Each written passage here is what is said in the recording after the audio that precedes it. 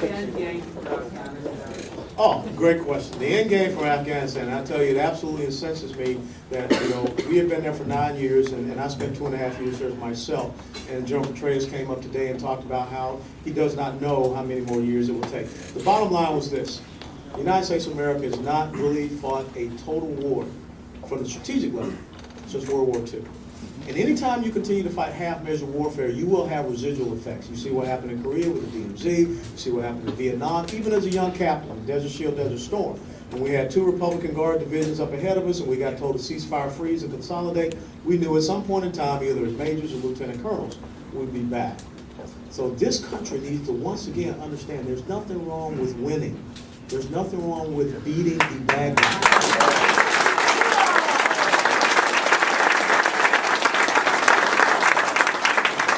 Is at the strategic level, we have gotten so tied down with occupation-style warfare, nation building, which is a drain on our economic resources. And the enemy well understands that it's a drain. And Hillary Clinton was very correct when she said she is concerned that the situation we find our economy in does affect our national security and our standing in the world and foreign policy.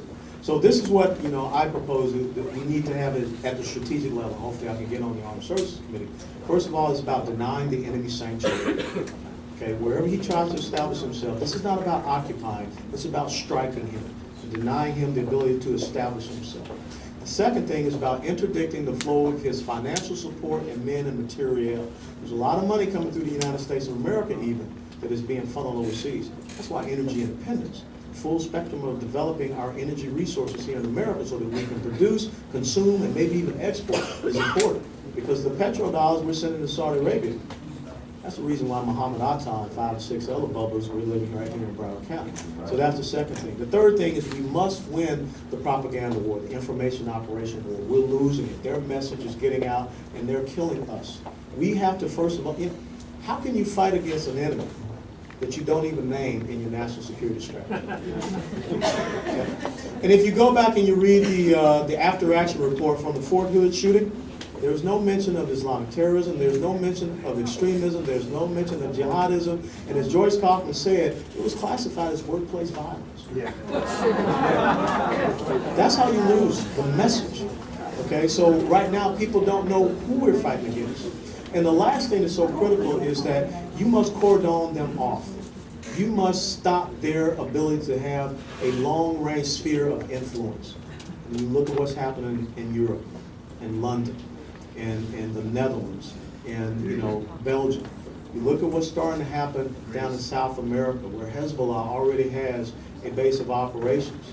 Look at what's happening along our border.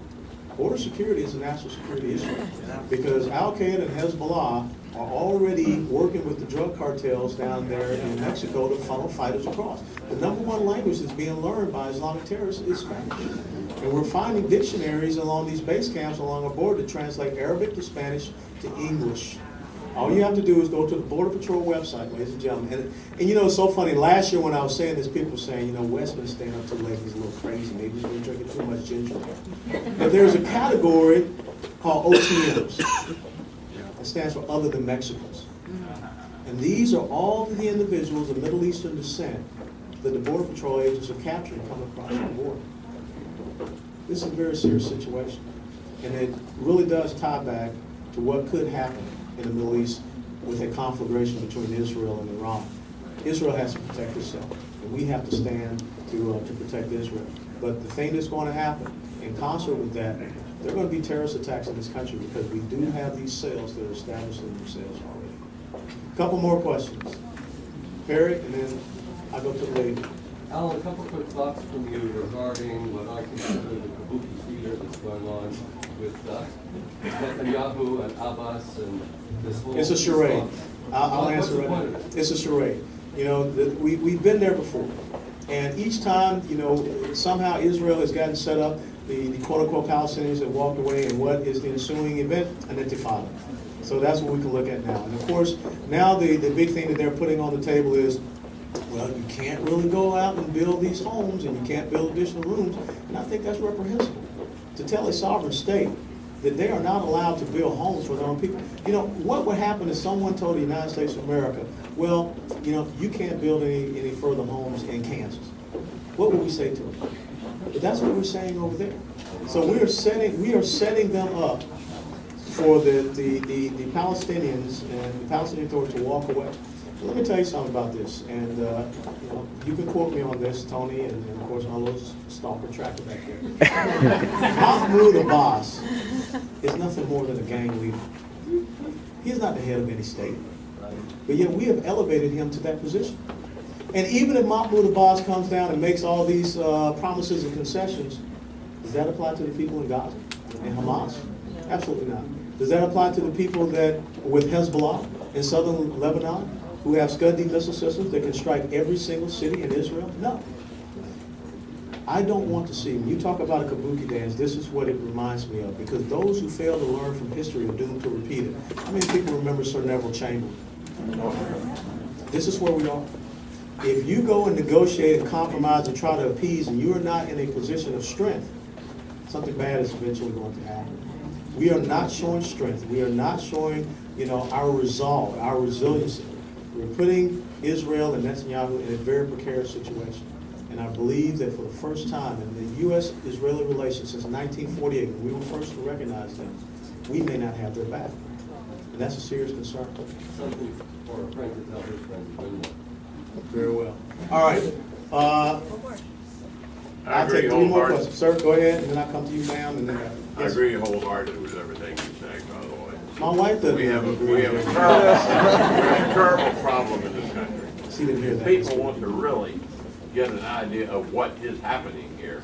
I suggest they pick up the book called Muslim Mafia.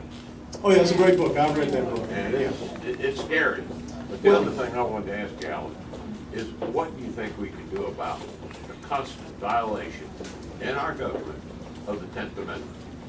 You got to get people up to Washington, D.C. that understand that this is a constitutional republic.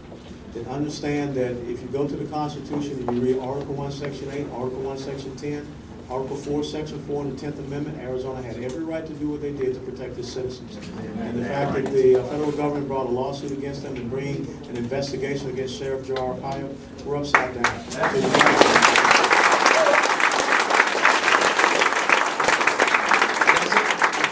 Last question. Colonel West, Yes, ma'am. I would very much like to know what your plans are to address the amazing, overwhelming, and disheartening amount of corruption that we have seen growing at an unbelievable rate through the school board in Broward County and through the rest of the government. Let me rip off my shirt and there'll be a national. Oh, that's my ass. Sorry, can't have it. But the bottom line is this.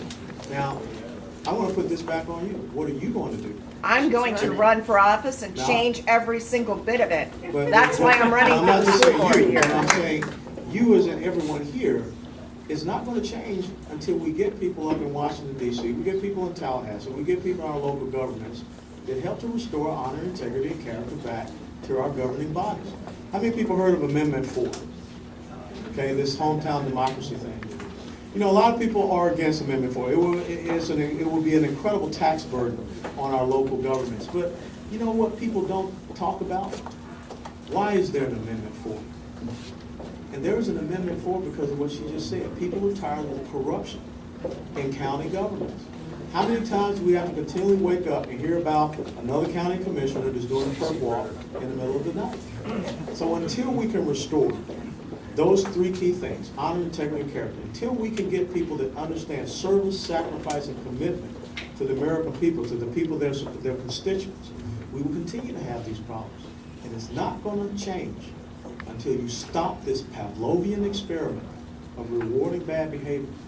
And that's why we need you. That's why she needs you. That's why Joe Budd needs you. That's why Vince Bocart needed you. That's why Karen Harrington needed you. That's why, where's Gleason? That's why we all need you. Scott Yardley needs you on the 2nd of November. You want to talk about the deciding moment for this young man's future is the 2nd of November. So don't sit this one out. Get out there. It's the 4th quarter. You got to leave it on the field. So God bless you all and thank you.